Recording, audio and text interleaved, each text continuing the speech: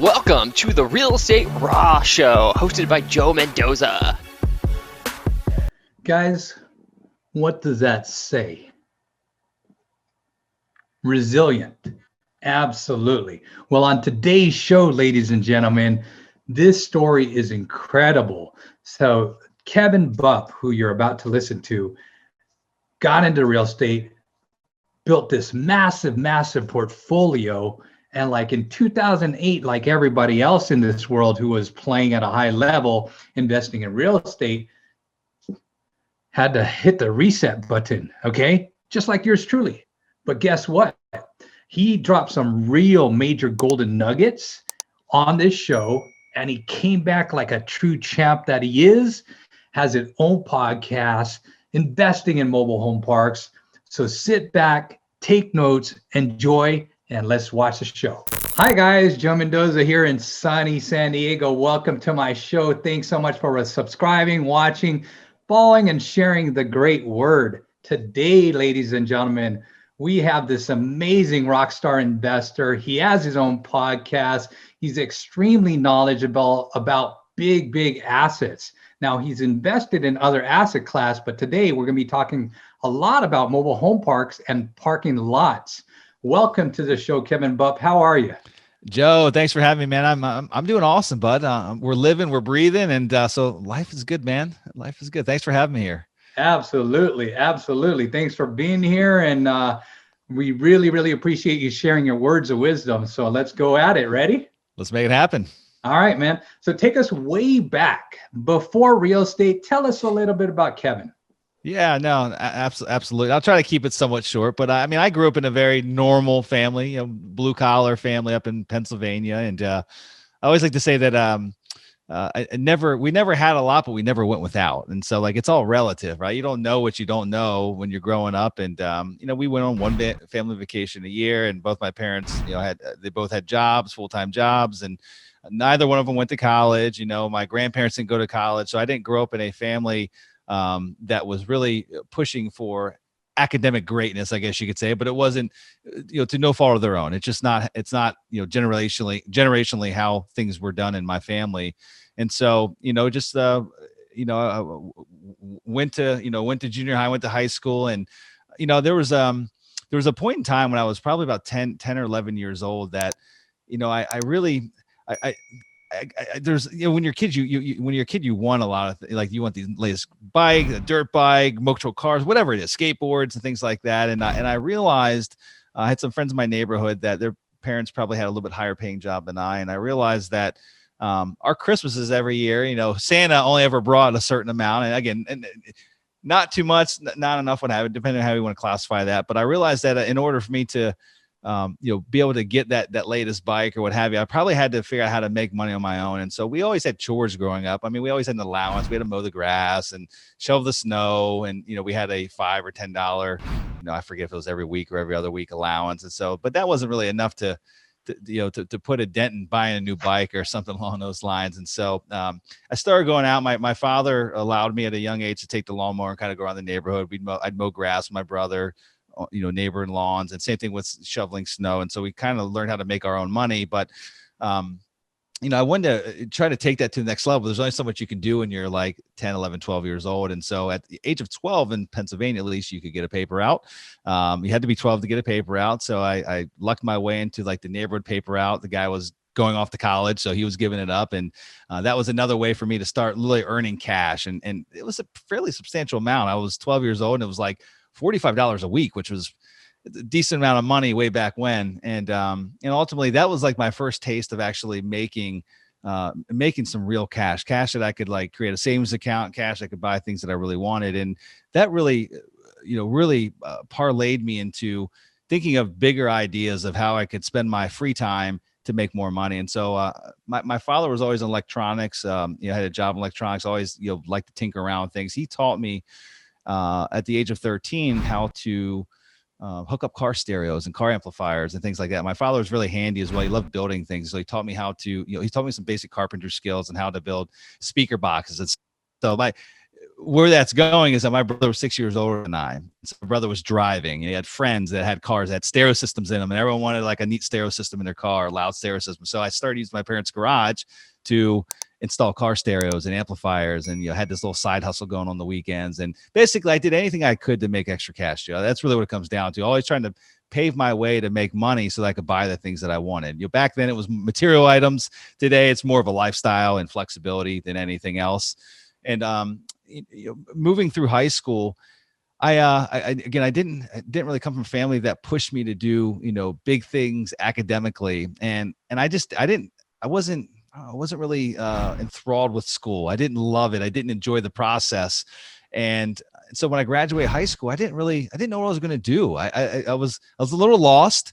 I was making money. I started attending bars as well, and I was doing all these things, making cash, but like, it surely wasn't like life changing. It wasn't something that I could really sink my teeth into and be like, this is a great opportunity to build a business or a career out of. And luckily, when I was 19, so a year later, I started dating a girl, and her mother's boyfriend just happened to be a local real estate investor.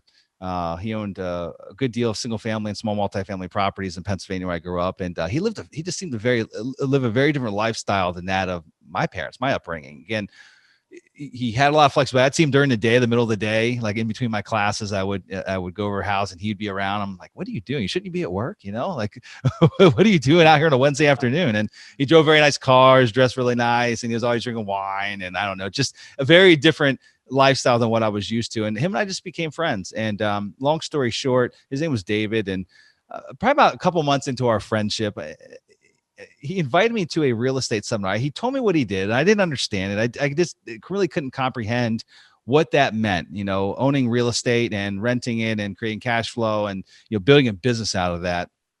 And he invited me to a boot camp that he had an extra ticket to. His business partner couldn't go. And it was down in Philadelphia, and it was how to fix and flip, single family homes. And I accepted his invite. I went, and that was probably the most pivotal moment in my entire life. Because I don't know where I would be at today, Joe, if it wasn't for meeting David and saying yes and accepting to go to that seminar. Because I went to the seminar and I was so overwhelmed. I met people that, were doing incredible things, big things, making, to me, like big things. They were, flipping a house and making $20,000 on a flip. I was like, oh my gosh, like that's incredible. And they're doing like 5 or 10 of them a year. It was just mind boggling to me. And the one thing I extracted from that boot camp that we went to is that most of the folks I met were very nice and really kind, and but I didn't feel they were any smarter than I was. They knew more about real estate, but they weren't really, this much more intelligent. They weren't at a different level. They were in their business, but not from an intelligence level. So I was like, if they can do this, I can do it. And anyway, that was the start of it all. I went back and I approached David, really being overwhelmed. I approached him. I said, I want to do this. I know I can do this, but I don't know where to start. Like, this is all overwhelming to me. Is there something I could do to add value to your business? Is there, how can I, and David's about 20 years older than I. And so he was a different, generational, sophistication with like computers and things like that. I'll leave it at that. And so I was like, in my mind, I'm like, how can I add value to David's business so that I can in turn be around him more and like be around him on a daily basis in between classes and working and get to learn his business. Cause I felt like that was the fastest path for me to not be overwhelmed and actually start doing deals myself. And so that's what happened. David accepted my generous offer to basically be errand boy and do whatever he needed me to do. And in exchange for that, I got to be around him and absorb, as much information as I could over about a 14-month period of time before I did my first deal. And so at the age of 20 is actually when I bought that very first property, and I haven't looked back since. And so that was a single family property. It was a renovation, a fix and flip in a really bad part of town, a really rough property, scary, threatened with guns, that kind of property. And but it was the first one. It was the foundation.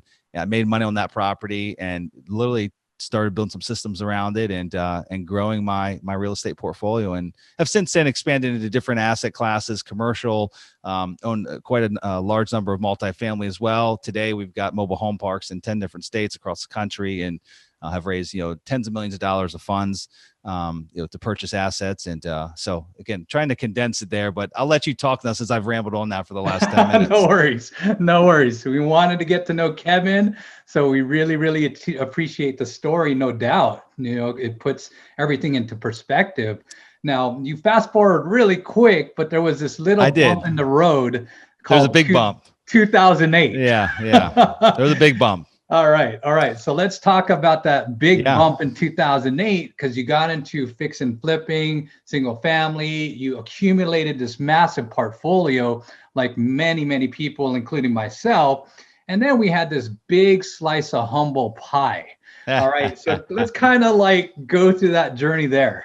Yeah, no, absolutely. And I don't like reinventing wheels. And so I basically followed the system that David had set out. I mean, and he was, what I learned very quickly is that he was much further along in his endeavors, meaning he had been investing for a couple of decades, right? And so he had capital. Like he didn't have to, recycle capital on his deals. Like he could keep it in one deal and go buy the next deal. And so I learned very quickly that first house is that measly $200 a month of positive cash flow was not going to get me to my next deal anytime soon. And so I sold that property probably about 6 or 7 months into owning it, and took that capital and recycled it. And what I started doing thereafter is I would normally, wholesale 1 or 2 deals and then try to keep one. It wasn't a perfect science, but I would wholesale as much as I had to, and then try to keep a good one, and then basically rinse and repeat until about 2 years into growing that business, the single family side.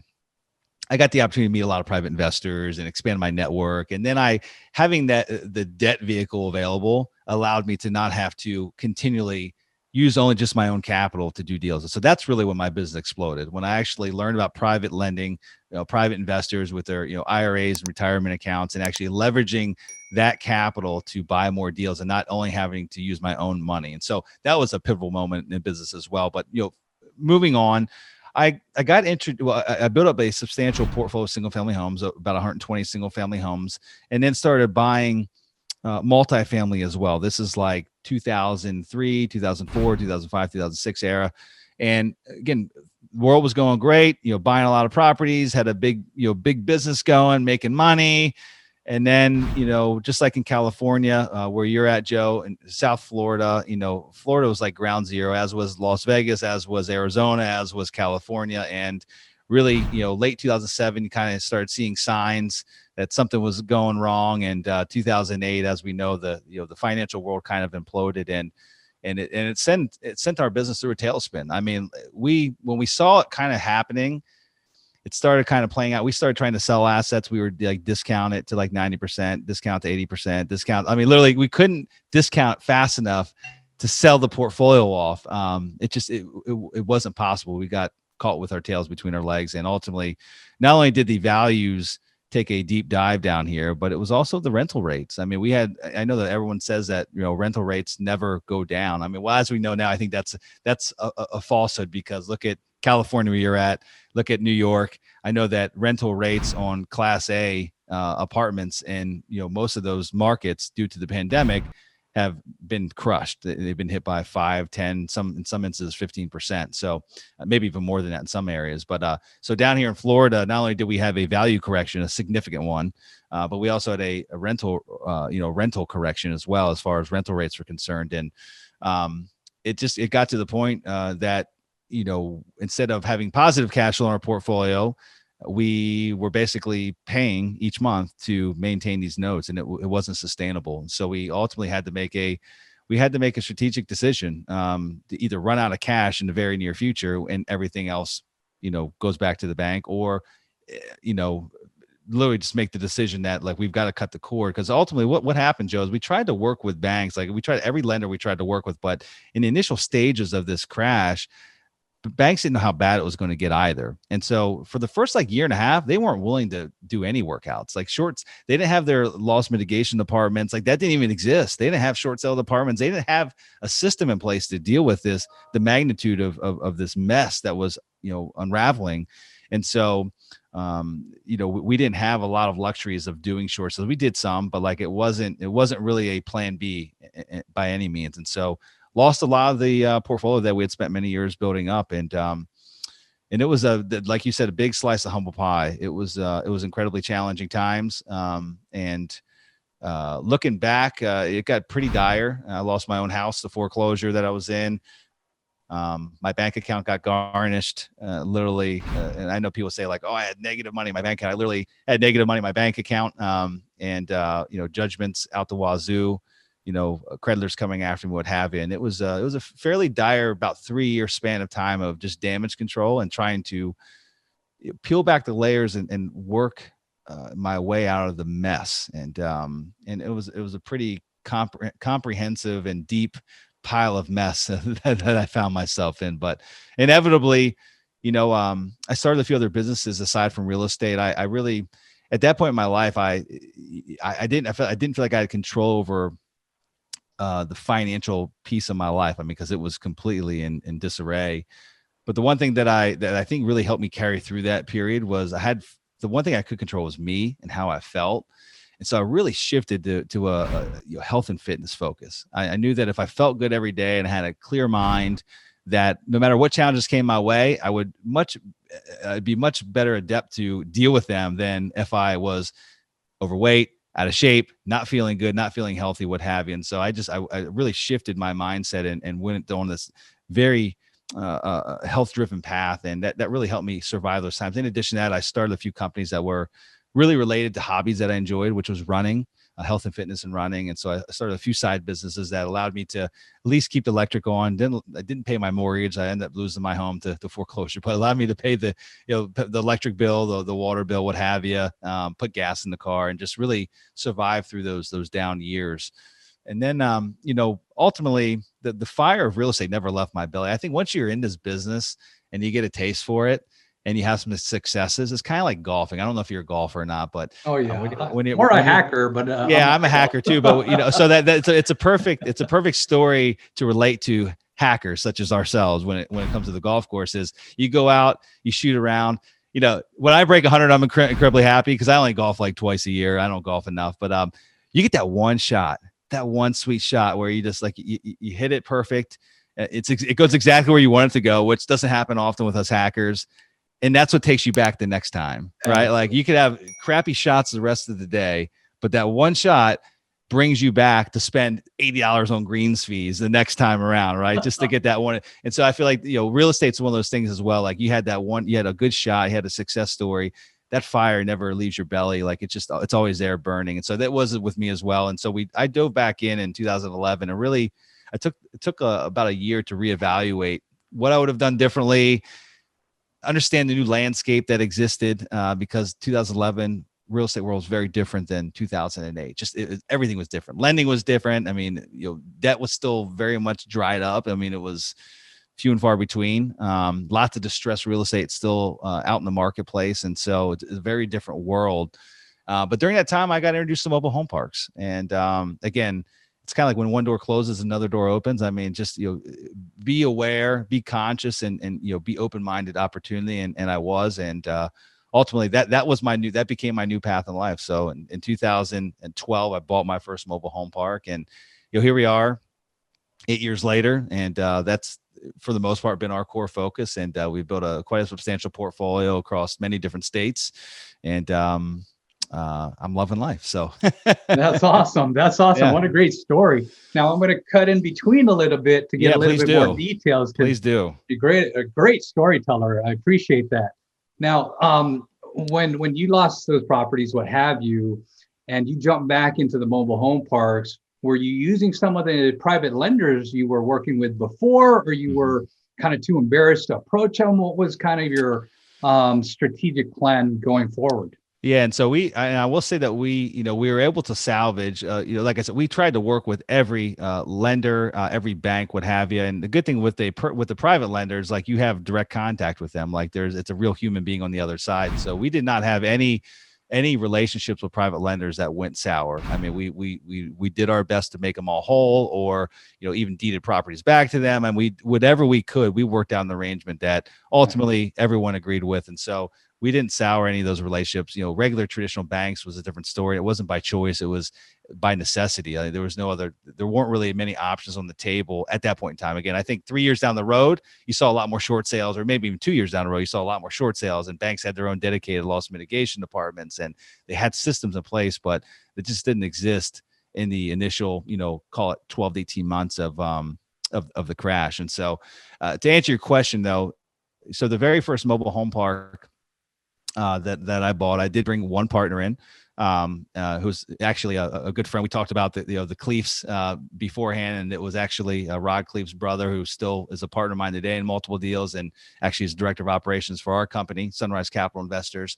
And I'd known Rod and his brothers for a number of years, trust them really well. I'd done a lot of other business with them in the past, and ultimately, I knew that they had kind of gone through the same thing. And I reached out to Al one day, who was his brother, and said, "Hey man, I got this mobile home park. I've been studying this space for a while." And Al happened to own 2 little mobile home parks here in Tampa. And so he knew a little bit about the business, a little bit more than I. And I knew he'd be a great strategic partner. And I know he had a little bit of money. I had a little bit of money. And we had a private lender that had, still trusted us and knew that we would do right. And it was a phenomenal deal. And so you call up that private lender, pitched him the deal. He said, yay. And we went forward with it. And that was back in 2012. We bought that park. In fact, it's that park. It's our first park I bought, and it literally is closing tomorrow. We're selling it. It'd be the first park not the first park we sold. We've sold some other ones along the way, but in any event, that first one went really well. And we're able to refinance our, add value to it. It was a big turnaround, massive project. That's a story in and of itself.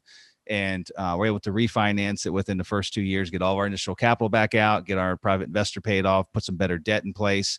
And then it's been a cash machine ever since. And we're going to do pretty well on the exit of that deal as well. Job. Yeah. So, but anyway, that was like the first taste of mobile home parks. And again, I've never been scared of a project. I've done, many big renovation construction projects. This one was very much in line with that. But we knew there was a good bit of opportunity to make not just a lot of cash flow, but a lot of equity on the backside of that. But anyway, got the kind of taste of mobile home parks. And back then it wasn't as attractive of a niche. And so there weren't as many people trying to get into it. And I look back now, I wish I'd have bought everything. I know everyone says that, but I wish I'd have bought everything I could, because now it's a little bit more challenging and a little bit more competitive to buy parks, at least at a fair price, I guess you could say. So that was the first taste, bought many more thereafter. And again, here we are today. We've got parks in many different states across the country, and we love the asset class. What's some of the challenges you're facing right now on acquisition?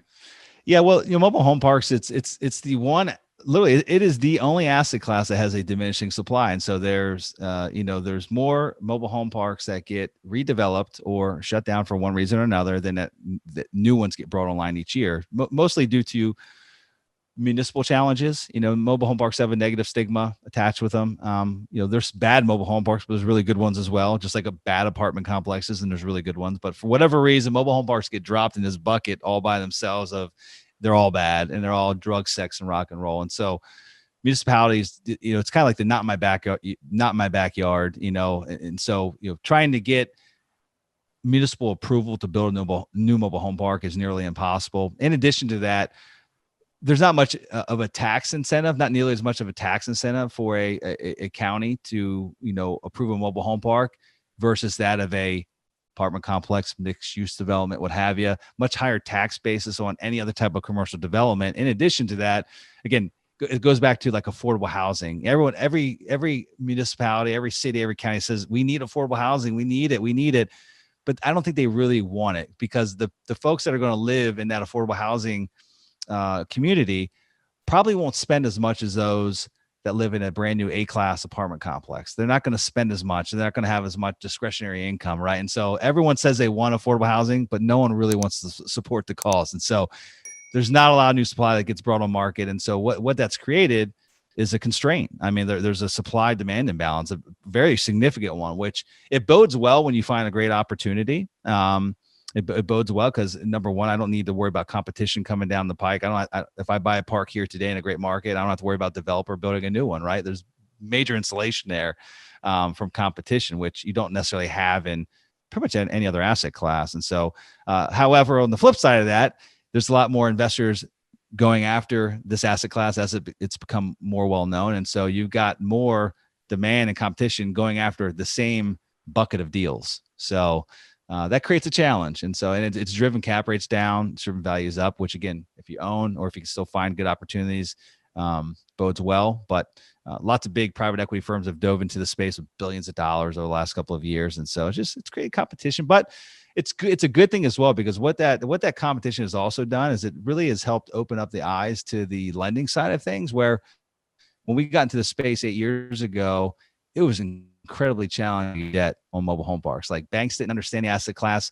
Very few banks would even lend on a mobile home park. And so you had to like rack your brain against the wall in order to find a bank, like make 30 dials, 40 dials to find a bank that would even consider lending on a mobile home park. Whereas today, they're everywhere. And it's because it's gotten the exposure that it never had in the past. And so there's pros and cons there of, the competition coming in, but we're still finding opportunities. We do a lot of off-market techniques. It's kind of one thing I brought over from the single family space. And, we have a whole division in our staff of cold callers that literally dial the phone day in, day out.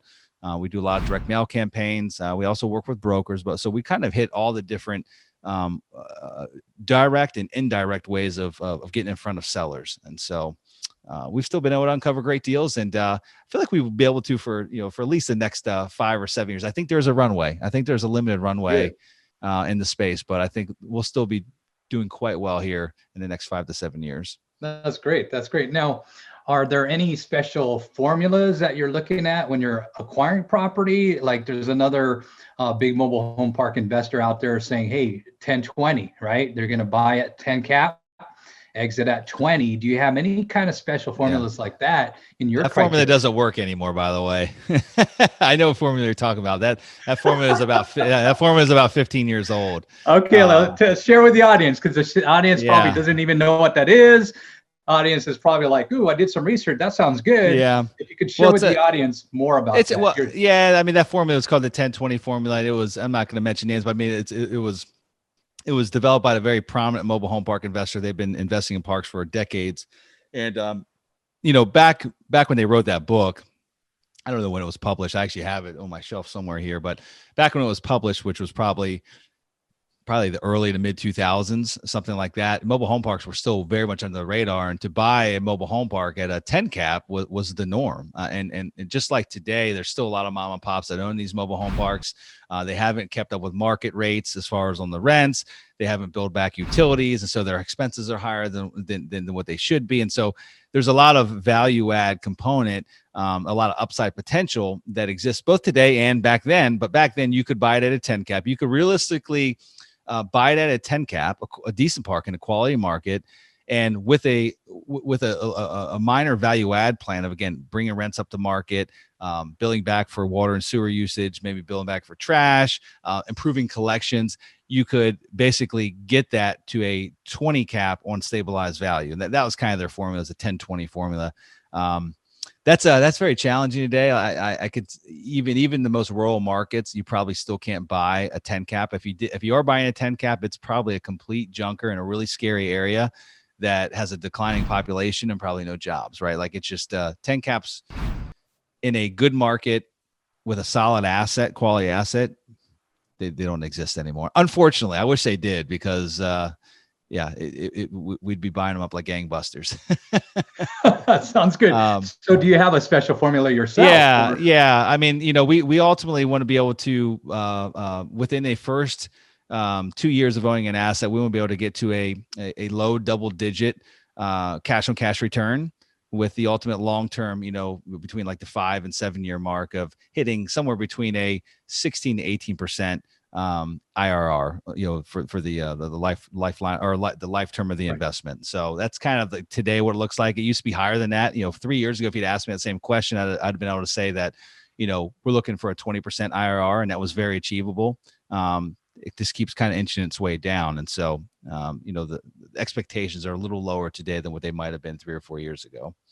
But double digit cash on cash returns by year 2. And that's normally, our turnaround plans normally last anywhere between, depending on the park, between like 1 and 3 years. And so 2 years is kind of the middle of that mark. It's like the average middle mark there. And ultimately, I'd say most parks are within that 2-year time frame. The really heavy lifts might be a 3-year time frame, but we know that we can hit double-digit returns by the end of year 2, rolling into year 3. Got it. Got it. Okay, so that sounds good. Now, as far as marketplaces, what different markets are you looking at right now for your mobile home parks? Yeah, with mobile home parks, it's somewhat unique when you compare it to like multifamily. Like multifamily, you can kind of be selective and say, hey, I want to buy in these 2 or 3 markets. Like I want to focus on Dallas, Texas. I want to focus on Birmingham, Alabama, and I'm just picking up, Atlanta, Georgia. You could pick those 3 markets, and in those 3 markets, probably exist tens of thousands of apartment complexes. I mean, there's a significant number. In mobile home parks, we know there's a limited supply. There's, someone, I don't know if there's an accurate data to support this number, but someone said that there's about 50,000 mobile home parks in the U.S. Of that 50,000, only about 20,000 are, 100 spaces or larger, right? And so you've got a very small number of parks that would even remotely fit a criteria such as our own. And so unfortunately, it forces us to be much more diversified in the marketplaces that we invest in. And so,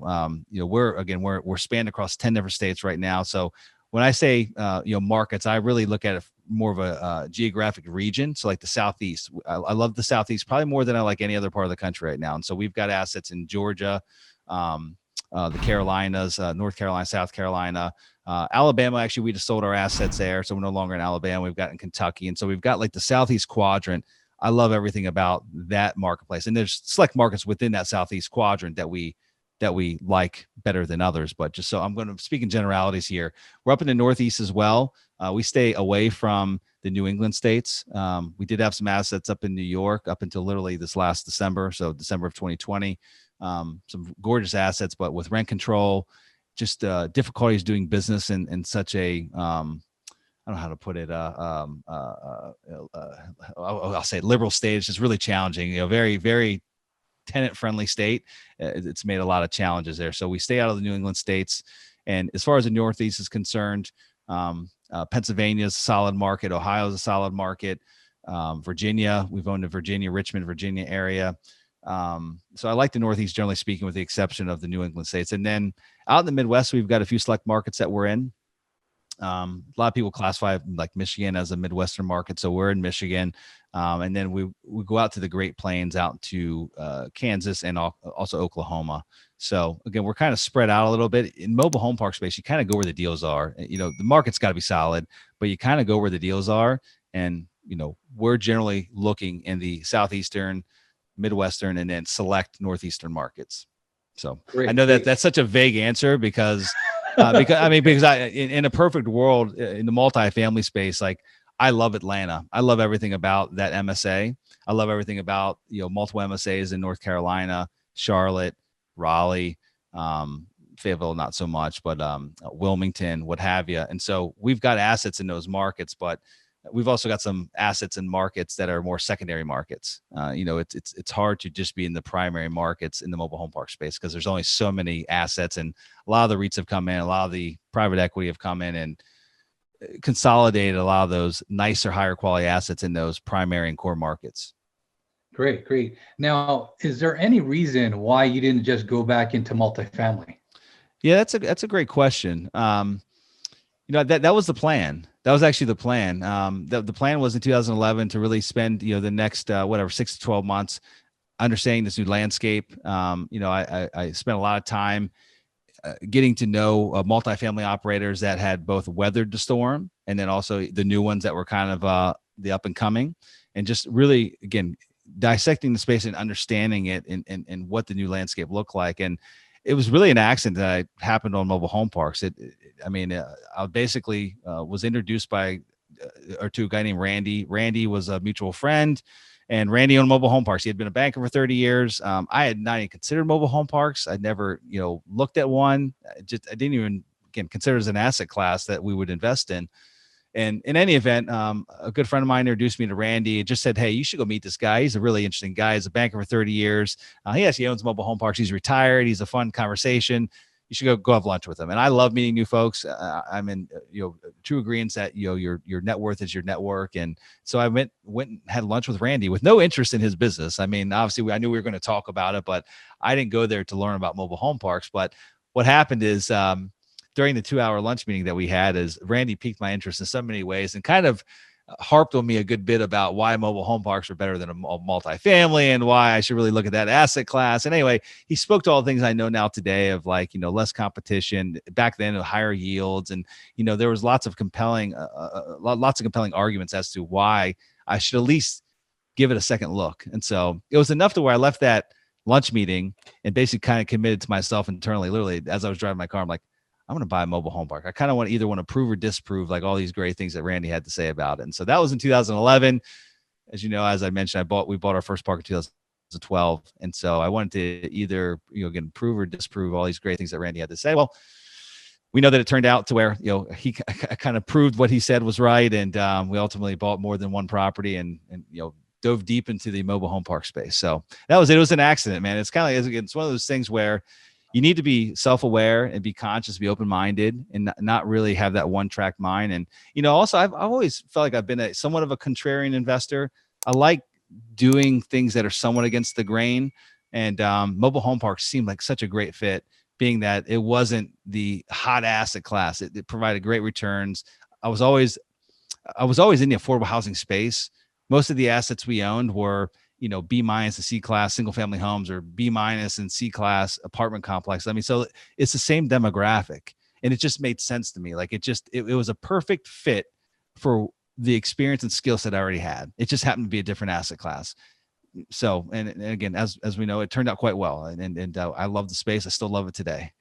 That's awesome, Kevin. Now, if you were talking to your children about investing in real estate, what maybe 1 to 3 biggest nuggets would you share with them to make sure they went on the right path of investing? Yeah, no, that's a great question.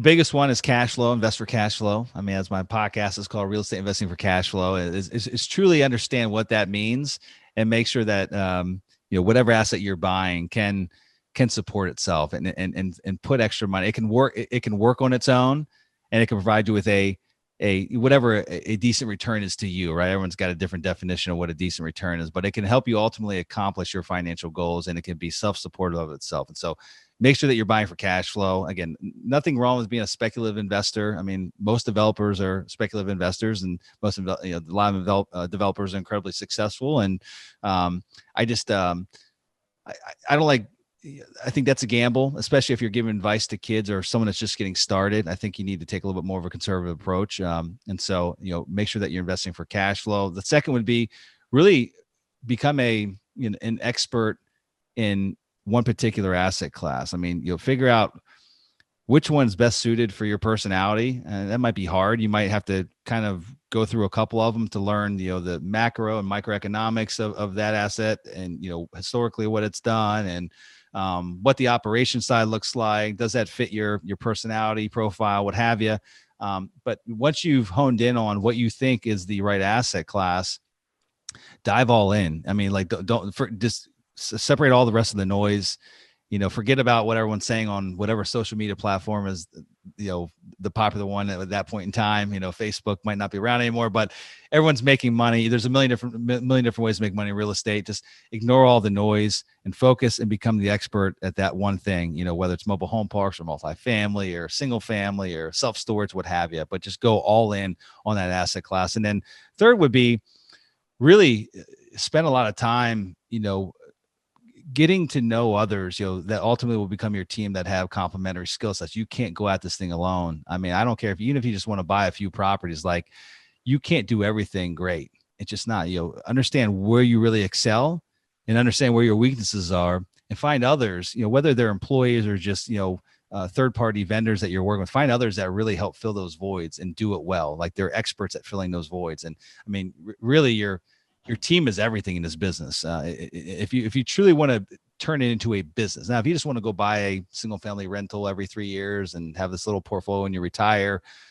it's still very important, but probably not as important if you would truly want to turn this into a business and you want to grow a business out of it. Like, your team is everything. So really put a strong emphasis on finding the right team members that complement your skill sets. Those would probably be the three big things that I would put out there. That's awesome. I'm sorry I cut you off there. What else did you No, say there? no. I said that those are the three things those are the three pieces of advice that come to mind of like what I would tell, my son, or even just, someone that's, looking to maybe take this path at some point as they grow into adulthood. Beautiful. Well, Kevin, it's been a pleasure. Best way to get a hold of you, anything you're promoting? Yeah, best way to get a hold of me, two different ways. Go to my personal website, which is kevinbupp.com. There you can also, listen to my Real Estate Investing for Cash Flow podcast. There's links that take you to my other, endeavors there as well. But if you want to go directly to my business website and learn what we got going on in the mobile home park space, that's sunrisecapitalinvestors.com. And you can learn, about our current offerings and our team and, all the exciting projects that we have going on. And then outside of that, social media, I'm not too hard to find. You can track me down on Facebook or LinkedIn, or I guess I'm on Instagram as well, I think. So no, I'm pretty easy to find. You the man, Kevin. Thank you so much for being on the show. Thanks for the words of wisdom, and we wish you well. Joe, thank you for having me, man. It's been a lot of fun. And thank you for all you do for the investing community. You're a great man. Wow. I hope you enjoyed that as much as I did. I hope you learned as much as I did or more. So guys, look at the comment thread. If you've seen something or heard something, want to learn more about something, please put it on the comment link below. If you're not a subscriber yet, go ahead and hit the subscribe button. Go ahead and smash that bell to hear the latest and greatest on the show. Follow me on Facebook, follow me on Instagram. I'm putting this channel together to hopefully add incredible value to you. And if you want to learn more about investing, you're new to investing, I highly recommend this book, Flex with a Plex. Also, this book, if you're having some challenges, as you can see, everybody on the show had some kind of adversity, including yours truly. So I shared a lot of that on Make It a Comeback, giving you some incredible tips to make a comeback. So get either one, Flex with a Plex or Make It a Comeback. If you want to get more tips, go ahead and go to joemendoza.com. Again, subscribe, share, like, make a comment below. I really, really appreciate you. Want to add incredible value and wish you all the best in your success in real estate and in life. Take care. Our company is not responsible for the success or failure of your business decisions relating to any information presented by our company or our company programs, products, and/or services.